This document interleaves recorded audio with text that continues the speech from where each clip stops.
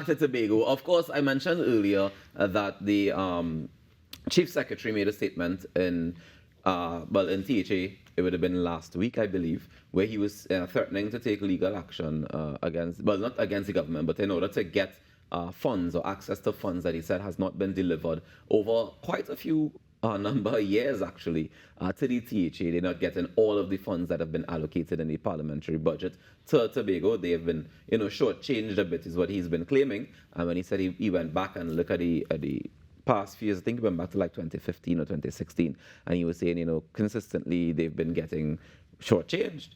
So this morning, we want to welcome former THA Finance Secretary, Mr. Joel Jack. He joins us this morning via Zoom to be able to respond to some of these threats. Good morning to you, Mr. Jack.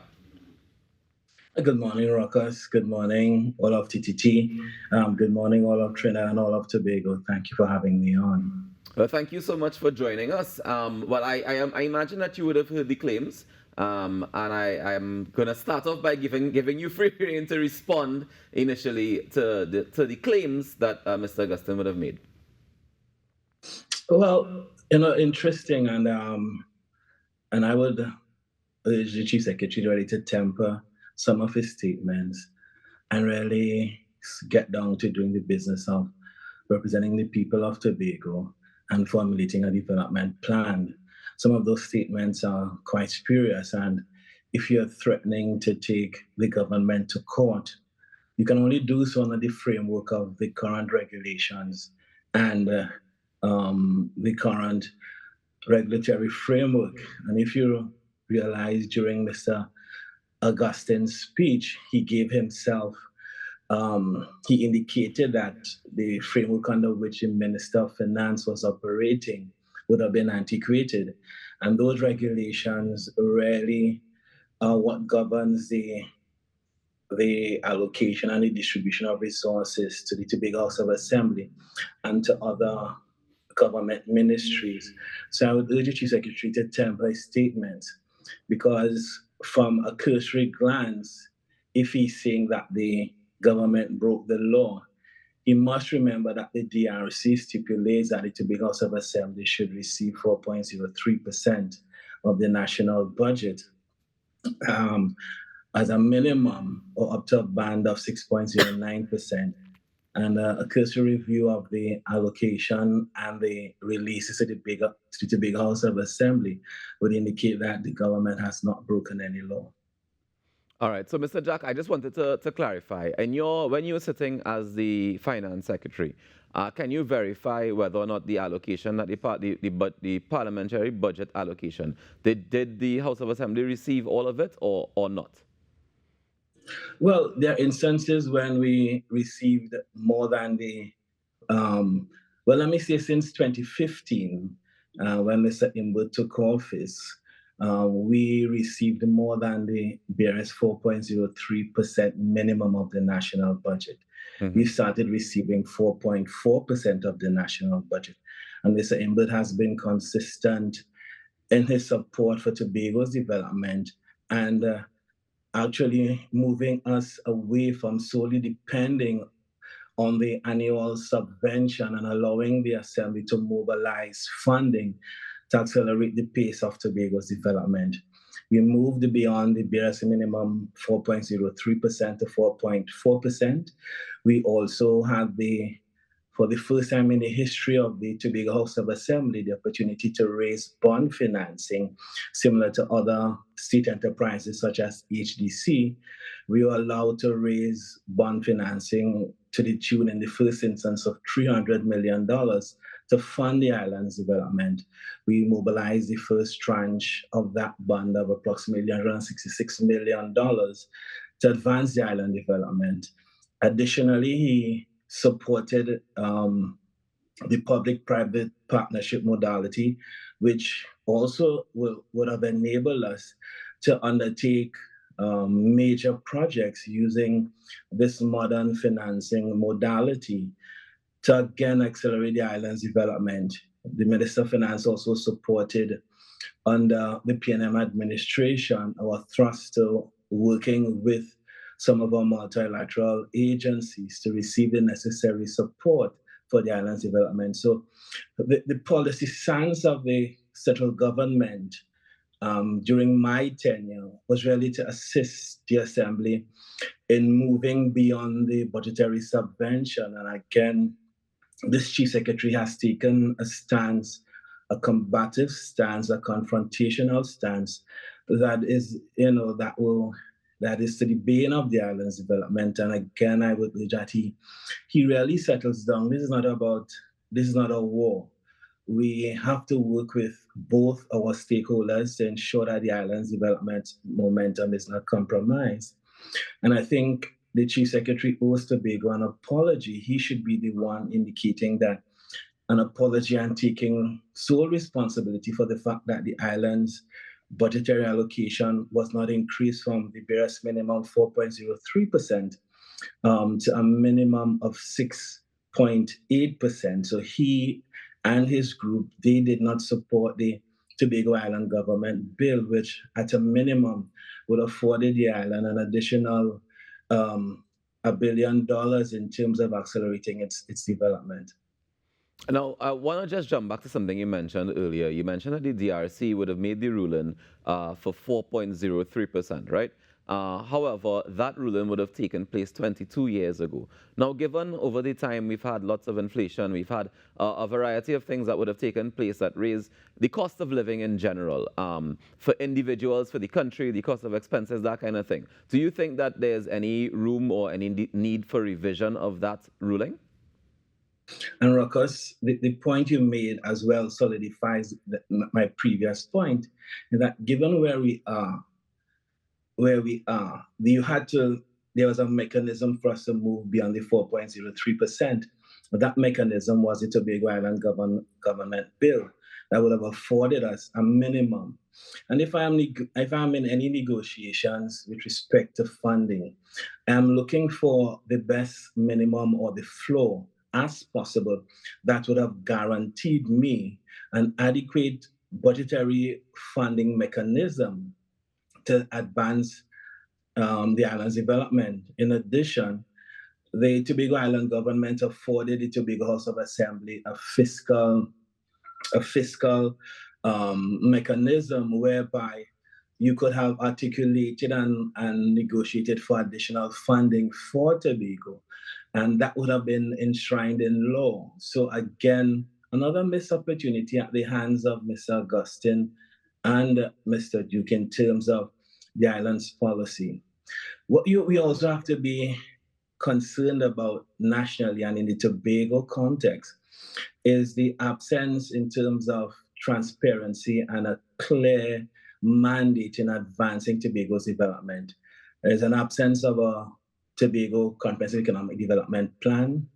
And if you recall, the Prime Minister, in one of his recent statements, indicated that he sat with Mr. Augustine and advised him, listen, we need to put together a Tobago development plan. Given the fact that the Comprehensive Economic Development Plan for Tobago is coming to an end in 2023, that would have been the last medium-term planning framework that I executed as Deputy Chief Secretary and Secretary of Finance and the Economy to guide the island's development in the short and medium term.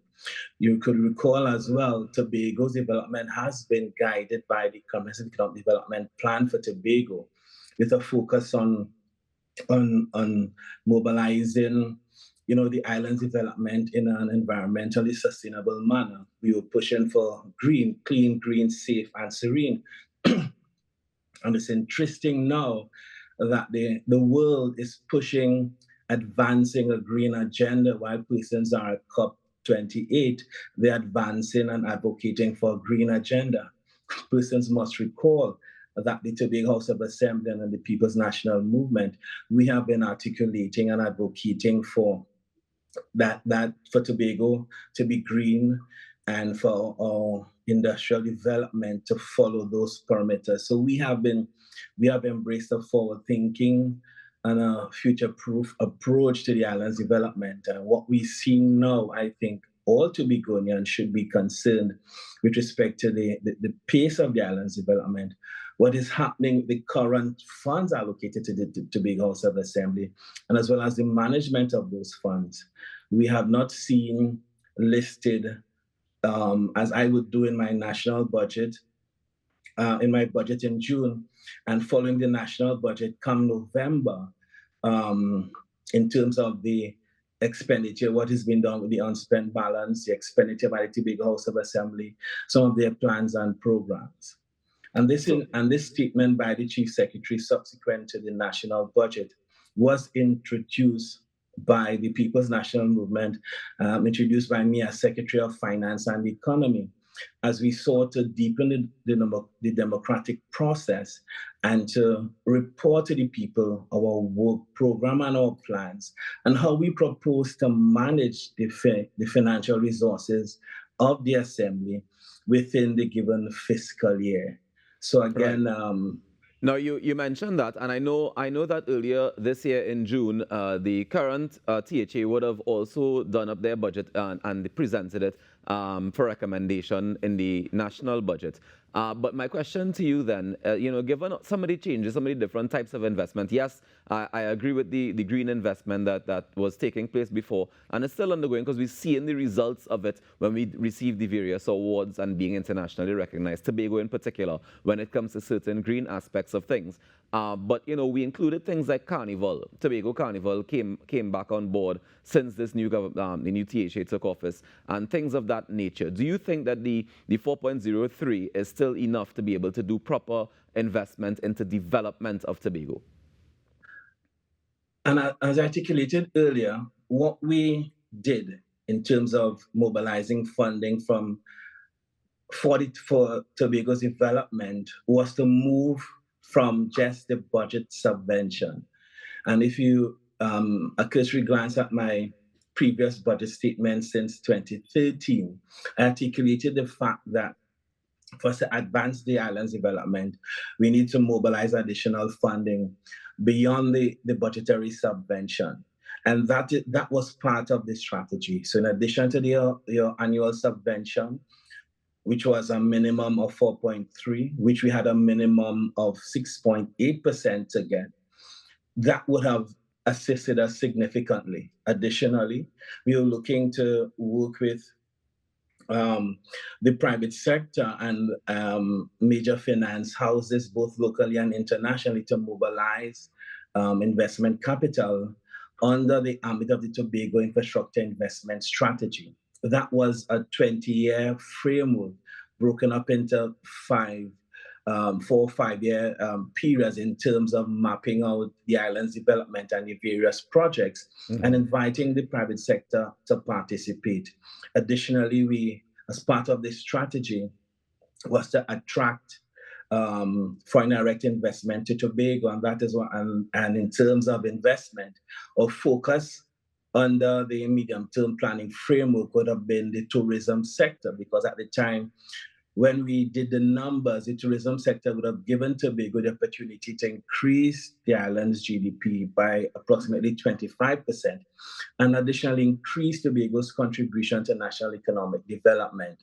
So in that context, in terms of mobilizing the funding, just as the government does in terms of accelerating national economic development. First, there is a plan built by consensus. We map it out just as we did with the energy sector.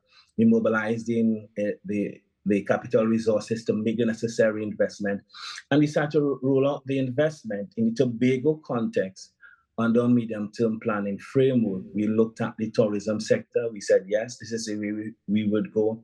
So we were looking at Sandals, we were looking at the Marriott at Rocky Point, and once Sandals sets up operations in any of the Caribbean islands, we have other hotel chains following, such as the Royalton and others, and they were showing interest in Tobago. So moving away from the strict budgetary subvention, our strategy was sound and proven. It was encapsulated in the medium-term planning framework. And when I was demitting office, I left a dossier on the desk of the Chief Secretary with the medium-term planning framework, the Tobago Infrastructure Investment Strategy, the last monthly expenditure reports, to at least allow them to hit the ground running, so to speak, so that the island's development momentum would not be compromised. And I must commend the Prime Minister and the Minister of Finance for working with the current administration in the Tobago House of Assembly. All of them were relatively new and inexperienced, and therefore everyone sought to give them the opportunity to work together in the interests of the island's development and as well in the interest of national economic development. But the posturing and what we're seeing really is inimical to advancing any real development in Tobago and national economic development. All right. Well, Mr. Jack, I know that you've been struggling a bit with your throat this morning, but I thank you very much for joining us and still being able to share some information. And yes, man, never give up. I appreciate Let me it. thank my wife. Let me thank my wife for giving me some hot tea this morning. But thank you for having me on. And we're all working in the interest of Trinidad and Tobago. And it's good to see you, Ruckus. It has been a while. I have not been on this set. So hopefully next time we will be on live. Hopefully as well. Take care. Enjoy the rest of your day. All right. Cheers. You too. All right.